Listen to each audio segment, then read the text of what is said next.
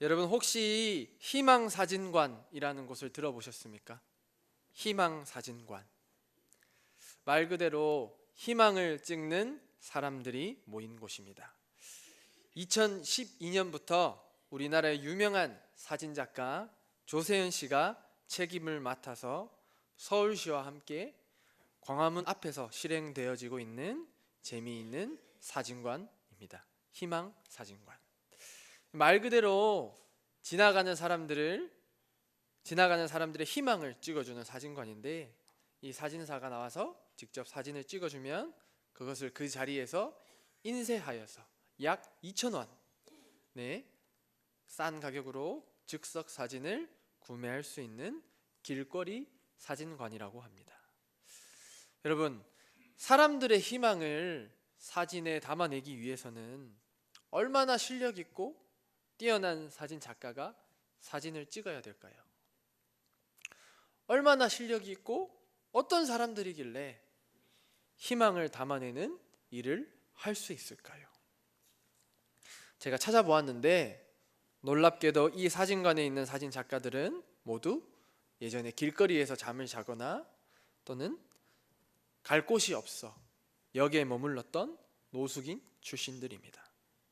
이들이 약 177명 정도가 지금 된다고 하는데, 이들은 스스로 인생을 포기했거나 또는 자신의 모습이 처량하여 가족을 떠났거나 더 이상 아무 일도 할 수 없어 누워만 있던 사람들이었습니다.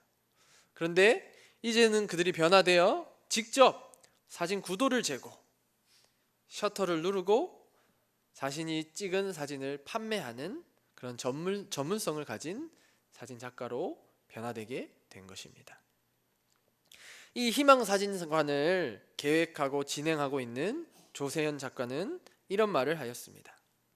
저는 그들을 도와줘야 할 대상이라고 생각하기보다는 그들을 인격적인 친구라고 생각합니다. 우리가 노숙인을 바라보는 여러 시선이 있지만 그들을 어떤 시선으로 바라보느냐가 굉장히 중요합니다. 우리 인식의 문제지요. 주변에서는 저보고 노숙인들을 돕는다고 하는데 사실 돕는 게 아니라 작가로 그들을 만나고 있습니다. 여러분, 이 희망사진관에 여러 포함되어 있는 작가들은 이 일을 통해서 자신이 새롭게 변화되어졌음을 자랑스럽게 이야기합니다. 저는요, 사진을 배우며 제가 알코올 중독자였는데 술을 끊게 되었습니다.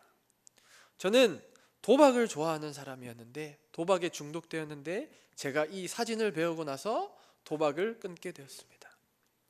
저는 삶의 의지가 없어 일을 할 때마다 포기하곤 했는데 지금은 멋지게 제가 작가로 일하고 있습니다. 여러분, 제가 다시 한번 묻겠습니다. 이 희망사진관에서 희망은 어디에 있을까요? 그 사진 안에 희망이 있을까요? 물론 사진 안에 행복이 있죠. 하지만 진짜 희망은 그들 자체에 담겨 있습니다.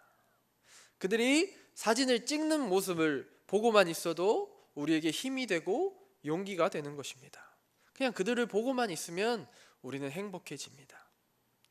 우리가 그냥 평소에 지나치고 무시할 수 있었던 그들이 어느덧 우리 사회에 기쁨과 용기를 주는 희망이 되어버린 것입니다.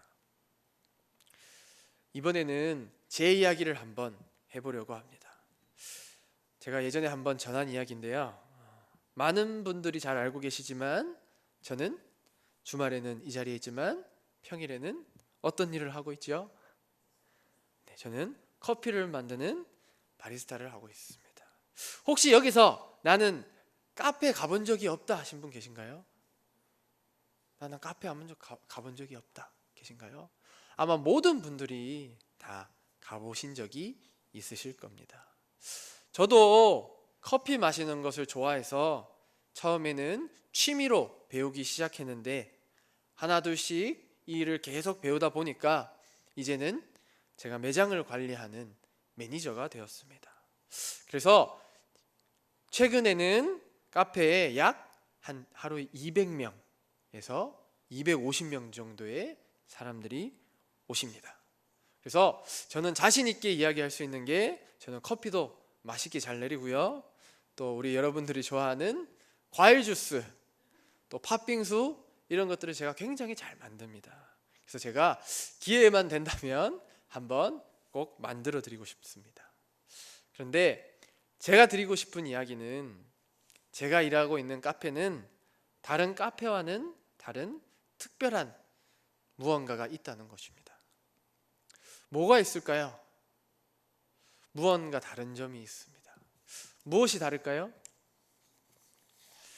이 카페는 하루에 200명에서 250명 정도가 오시기 때문에 저 혼자 일할 수 없고 함께 일하는 직원분들이 계신데 우리와 조금 다른 장애인분들이 계십니다. 이렇게 표현하면 우리보다 좀 더 마음이 순수한 분들이 계십니다. 그런데 우리 카페는 마치 학교와 비슷해서 이제 사회에서 일하고 싶은 이 장애인분들을 함께 모아서 제가 커피를 가르치고 또 직접 일을 할 수 있는 그런 교육 공간이라고 할 수 있습니다. 그래서 카페 이름이 멋있는데요. 카페 이름이 소담입니다. 소담이 뭘까요? 소망을 담은 카페라는 것입니다. 여러분, 제가 이렇게 지금은 행복하게 웃고 있지만 제가 솔직하게 우리 성도 여러분들께 말씀드리면 항상 제가 카페에서 일하는 것이 행복할까요? 행복할까요? 함께 그분들과 일하면 진짜로 힘들 때가 너무 많습니다. 우리 직원이 4분, 저 빼고 4분이 있는데 이 4분 중에 숫자와 글을 읽을 수 있는 분이 2분밖에 없습니다. 여러분, 가게에서 음식을 만들 때 정말 중요한 것이 무엇인지 아십니까? 맛을 잘 내는 게 중요할까요? 그것도 중요하죠. 근데 그것보다 더 중요한 게 있습니다. 그것은 항상 똑같은 맛을 일정하게 내는 겁니다. 이 맛을 일정하게 내면 맛이 없어도 금방 수정할 수 있습니다. 그런데 맛이 일정하지 않으면 그것을 고칠 수 있을까요? 고칠 수가 없습니다. 그래서 대부분 가게는 아니면 대부분 커피집은 이 재료를 넣을 때 정확히 저울에 재서 계량을 해서 그것을 넣습니다. 그런데 그렇게 할 수 있는 사람이 몇 분인가요? 2명밖에 없습니다. 하루에 몇 명이 오죠? 200명에서 250명이요.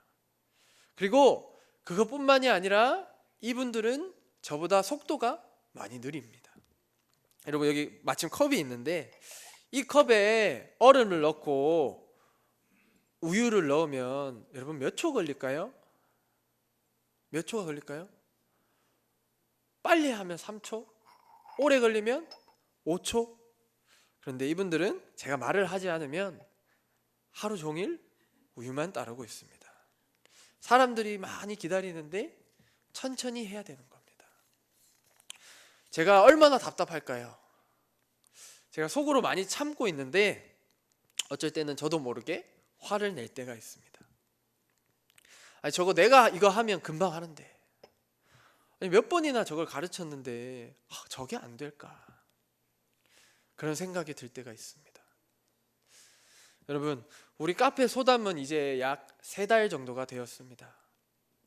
처음에 카페를 오픈했을 때는 장사 너무 잘 돼서 하루에 한 350명 정도가 오셨습니다.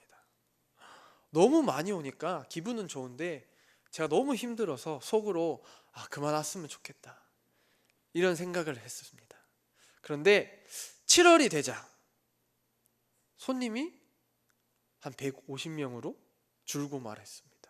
그러니까 몸이 힘들진 않는데 제 마음이 점점 속상해지고 초조해지기 시작했습니다. 저는 손님이 줄어든 이유가 뭘까 곰곰이 한번 생각해 봤습니다. 왜 안 올까? 그러다 이런 결론을 제가 내리게 되었습니다.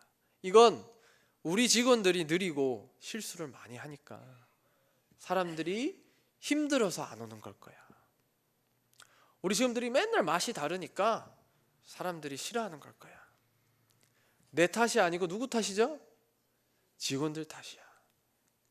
나는 잘하는데 직원들은 못한다는 생각이 드니까 점점 짜증이 나고 제 안에 미운 마음이 생겼습니다. 나도 나처럼 좀 잘하고 일 잘하고 빠른 사람들과 하면 좀 좋을 텐데, 그러면 장사도 정말 잘 될 텐데. 저는요, 좀 부끄럽지만 제가 진짜 잘해서 손님이 오는 줄 알았습니다. 그런데 여러분, 사람들이 우리 카페에 왜 오는 줄 아십니까? 하루는 제가 일하다가 저희 거울이 있습니다. 문득 거울에 제 모습을 딱 보게 되었습니다. 그런데 우리 직원들은 항상 행복한 반면에 제 얼굴은 어땠을까요? 저는 인상을 완전 쓰고 있는 것입니다. 제 얼굴에 누가 봐도 짜증이 가득하고 막 심술이 여기까지 찼고, 누가 이렇게 탁 치기만 하면 화가 날 정도로 기분 나쁜 얼굴을 제가 하고 있었던 것입니다. 손님들이 제 모습을 보면 어떤 생각이 들었을까? 제가 생각을 해보니까 커피 먹으러 왔다가 짜증나서 갔을 것 같은 그런 얼굴을 제가 하고 있었던 것입니다. 제가 그때 느낀 것은, 많은 사람들이 우리 카페를 찾아온 이유는 제가 잘해서가 아니었다는 것입니다. 제가 잘한 것이 아니라 우리 장애인 직원들이 만드는 그 커피에 사람들이 감동했기 때문에, 그들이 느리지만 정성스럽게 정말 행복하게 일하는 그들의 모습을 바라보고 사람들이 찾아왔던 것입니다. 이분들도 충분히 하면 잘할 수 있다는 그런 소망. 이게 시간이 좀 걸려도 사람들에게 기쁨이 주는 커피라는 것을 저는 몰랐던 것입니다. 여러분, 아까 우리 카페 이름이 뭐라고 했죠? 네, 소망 담긴 카페. 근데 이 소망이 담긴 커피는 제가 화내고 찡그리면서 만든 커피가 아니었습니다. 사실은 우리 장애인 직원들 자체가 사람들의 기쁨이자 소망이었습니다. 누구나 할 수 있다는 소망. 제가 정말 제 그런 부족한 부분을 사과하고 제가 그들을 인정하게 되고 제가 그들을 품게 되자 이번 주에 어떻게 되었을까요?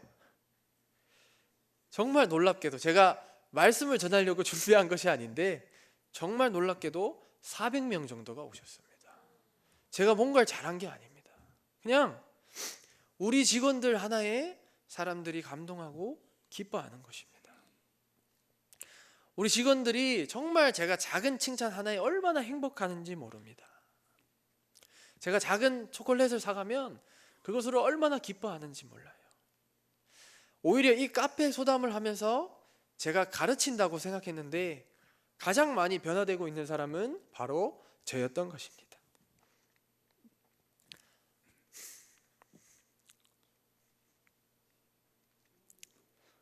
죄송합니다.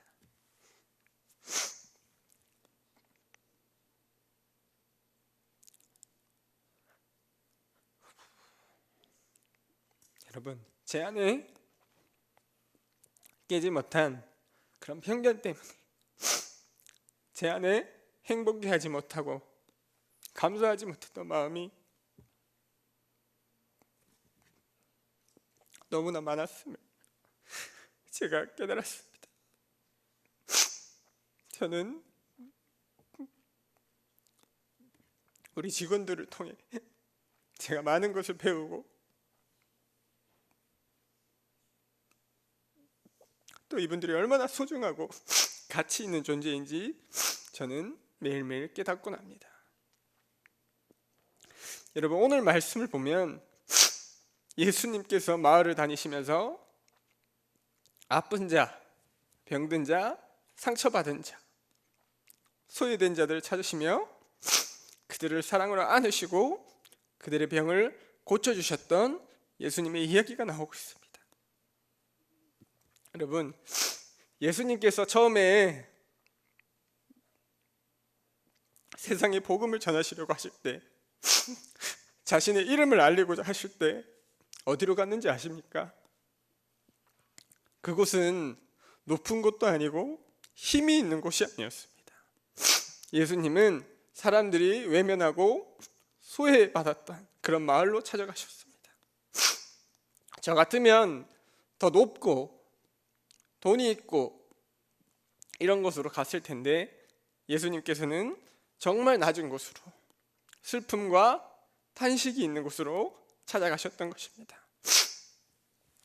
여러분, 우리가 정말 힘 있는 복음을 전하려면, 예수님의 이름을 세상에 알리려면 우리는 누구를 찾아야 될까요? 내가 세상에 좋은 영향력을 끼치고 싶으려면 우리는 보통 학벌이 좋은 사람, 돈이 많거나 힘이 있는 사람을 우리가 찾아가진 않나요? 그래야 우리가 좀 이 선한 영향력을 끼칠 수 있지 않겠습니까? 그런데 예수님의 기준은 우리와는 달랐습니다. 마태복음 9장에 보면 예수님이 찾아가신 사람들은 전부 아프고 병들고 무시받고 소외된 사람들이었습니다. 9장을 보시면 중풍병자, 손가락질 받는 세리, 혈류증 걸린 여인, 죽어버린 아이, 맹인, 벙어리 등등, 정말 사회에 아무런 힘도 없고 어떠한 영향력도 끼칠 수 없다 여기지는 모두가 꺼려하고 피하는 사람들을 예수님은 찾아가셨던 것입니다.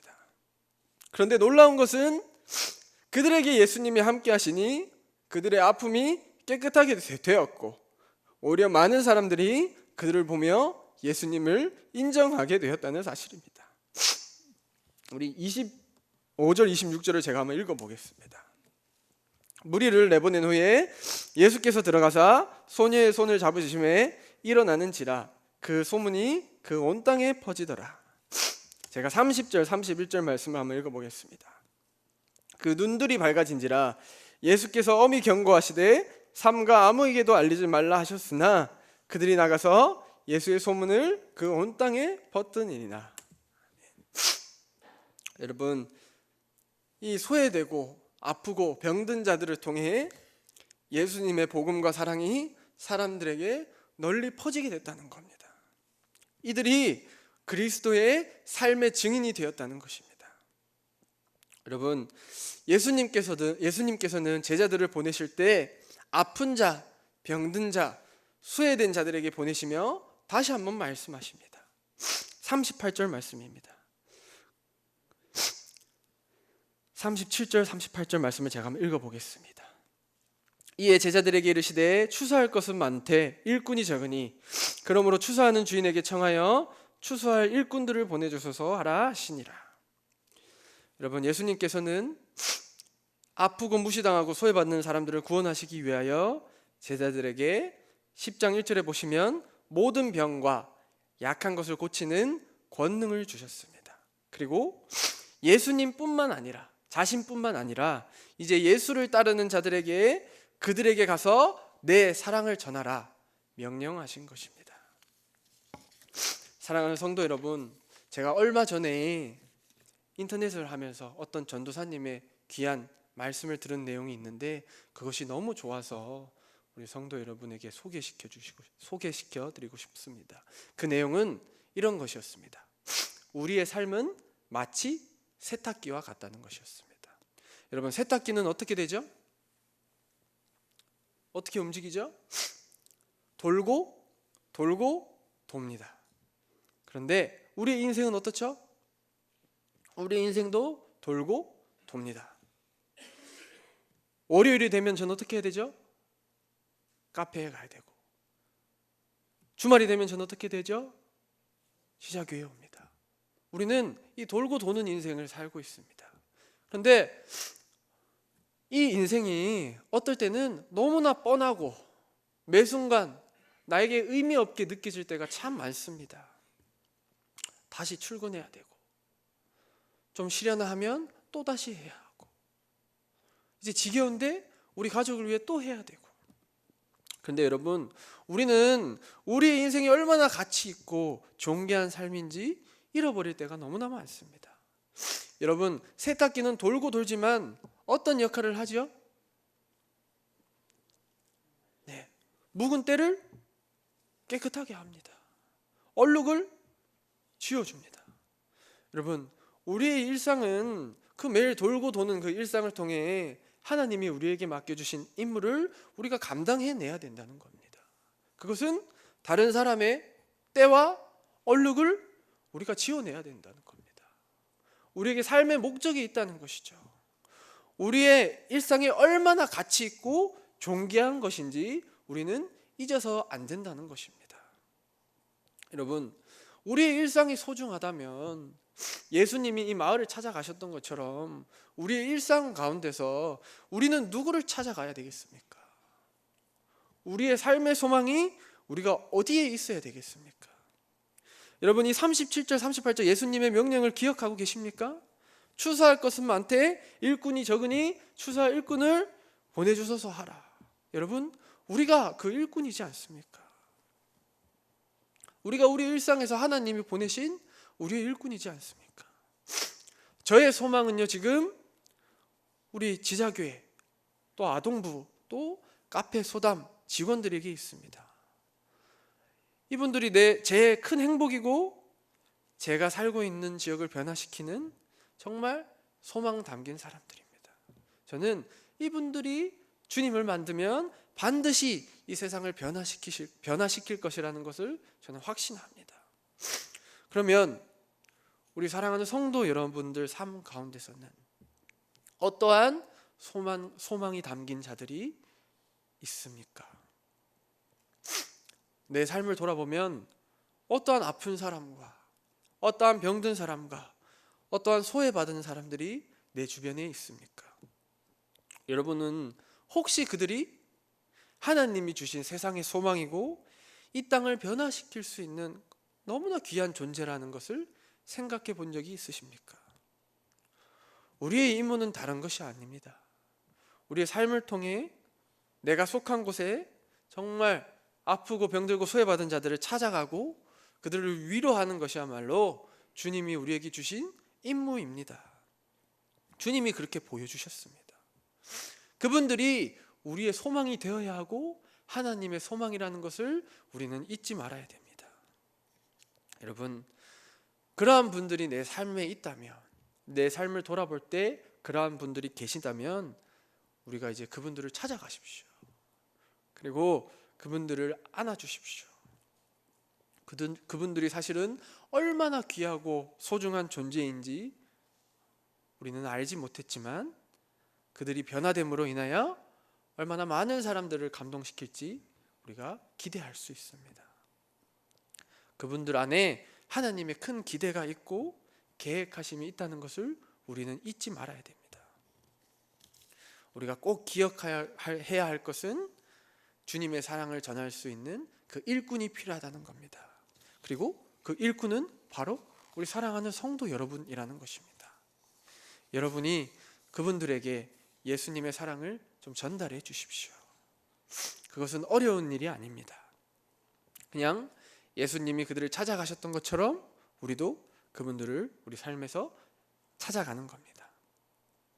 내 작은 사랑 하나로, 내 작은 행동 하나로 그들이 감동하여 하나님을 알게 될 것입니다. 그리고 그들이 변화되기 시작하면 그들로 하여금 예수님의 이름이 세상에 멀리 퍼지게 될 것입니다. 오히려 나보다 훨씬 훌륭하고 선한 영향력을 끼치는 그들이 주님의 제자가 될 것입니다. 여기 있는 모든 성도 여러분의 도움이 필요합니다. 사랑하는 여러분, 주님과 같이 그들을 찾아가서 사랑을 전하겠습니까? 사랑을 전하시겠습니까? 그들을 정말 위로해 주시겠습니까? 그런 마음이 있다면 우리 함께 이 시간 결단하고 함께 기도했으면 좋겠습니다.